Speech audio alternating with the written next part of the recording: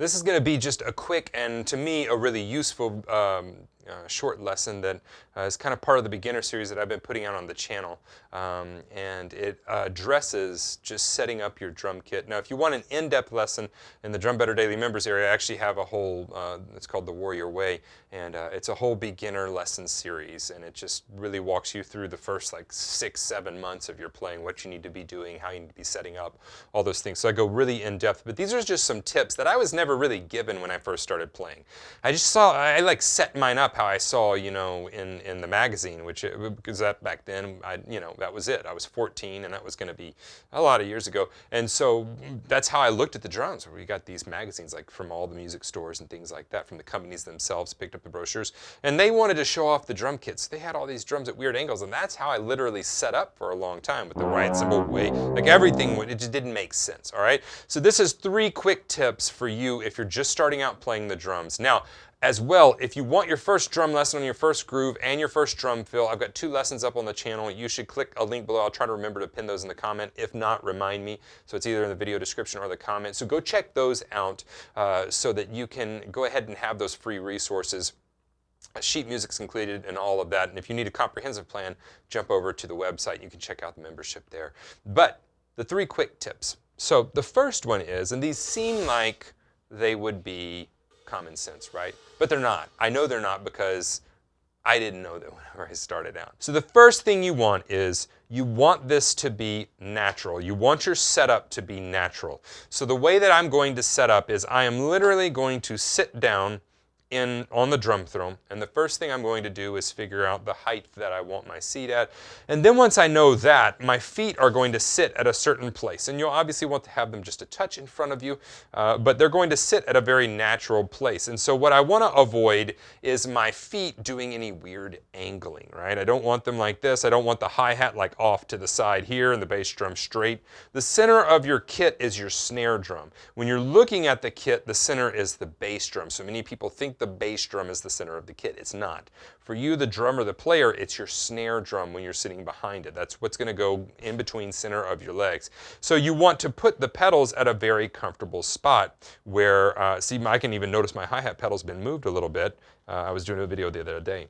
And it's just, I get slightly like a fraction of an inch, and that bothers me. So I'm going to put that there, and then I'm literally going to pull those pedals underneath, and then I'm going to set everything up around that. So it needs to be a natural setup, all right? That's the first tip, is wherever you are naturally, that's where you need to set the drums. Don't adjust yourself to the drums, adjust the drums to you. All right, so the second tip is it needs to be comfortable. Now, that's just kind of a continuation of the first one. It needs to be, so everything, somebody sat behind my kit the other day and they said, things are super close on your kit. And I said, yes, that's the way I like them. So I don't want to have to make a weird angled movement when I go over here. I want everything, if you'll notice, everything is very much, it's very close to me, okay? Except with this tom, and this was an added addition. If I had more room, I would probably swing this one out just a little bit over here. But I want things very natural so that it's economy of motion, okay? So what I do is I go ahead and say, okay, if I was going to play a first tom, where would my hands go to naturally? They would naturally fall right here. Okay, what would get in the way if they're naturally falling right here? What would get in the way if the rim was tilted up too much? So I'm adjusting the drums to where my sticks naturally hit so that I don't have to do this and I don't have to like do all this weird stuff, okay? The same way with tilting your snare drum. Some people tilt their snare drum because they've seen other people do it. Not very natural. It's very natural if you're playing traditional grip to tilt it this way, but other than that, you're having to do this real weird in between your legs type of a caveman thing. Pull the snare up, get it a little bit flatter so you don't have to do that so much. And we're going to get to a third point, so these are all just suggestions. And then I'm going to go, if I wanted to go to a floor tom, where would it be? If I wanted to go to a ride cymbal, where would it be? I used to have my ride cymbal like up here. That's not where I want to go to a ride cymbal. I want to go ride cymbal right here. Now if I'm playing a bigger gig, a rock gig, this ride cymbal is going to come up a little bit so I can crash on it a little bit. So again, it has to do with the setting as well. So you want it to be natural to your body and you want it to be comfortable. That's the second thing. The third thing, a tip that I give people that are just new to the drums is the most important one, to music and to the drums. There are no rules, okay?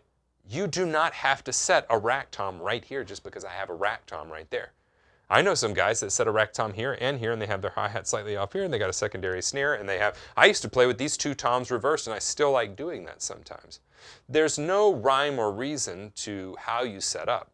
The only thing that should drive you is if you begin to feel pain when you're playing, that's your body saying, hey, that movement that you're doing and actually hitting things when you're doing that movement, yeah, that sucks, don't do that anymore. The same reason that people get tennis elbow, the same reason they get golfer's elbow is they have some incorrect technique, they're putting strain on there, those types of things, repetitive use injury, all those things happen, but we can avoid them many times, and we'll get the same injuries. We can avoid them many times if we just look at our setup, make sure it's natural, make sure it's comfortable, and make sure it's uniquely you.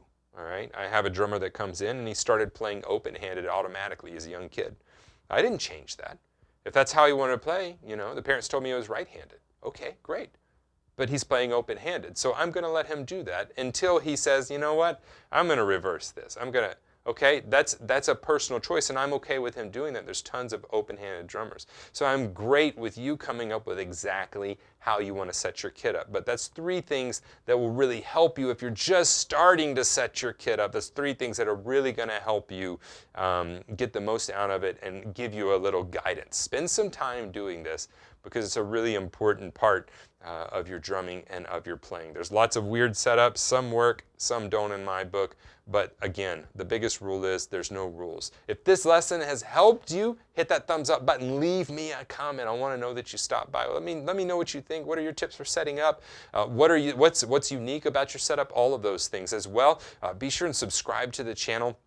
Hit that notifications button so that you can get notifications when all the new videos are uploaded. Share it with a friend if you want to. And then jump over to the website. Get some of the free stuff that's there. Check out the rest of this series for drummers that are just starting out. I have my very first drum lesson, which is going to be a drum beat. You have your first drum fill. You have 5 drum fills that every drummer should learn. And then we have this one in the series. So I'm going to try to put the links for all of that below this. But whatever you do, I'll see you here in the next video. Go set up your drums. Go have fun with it.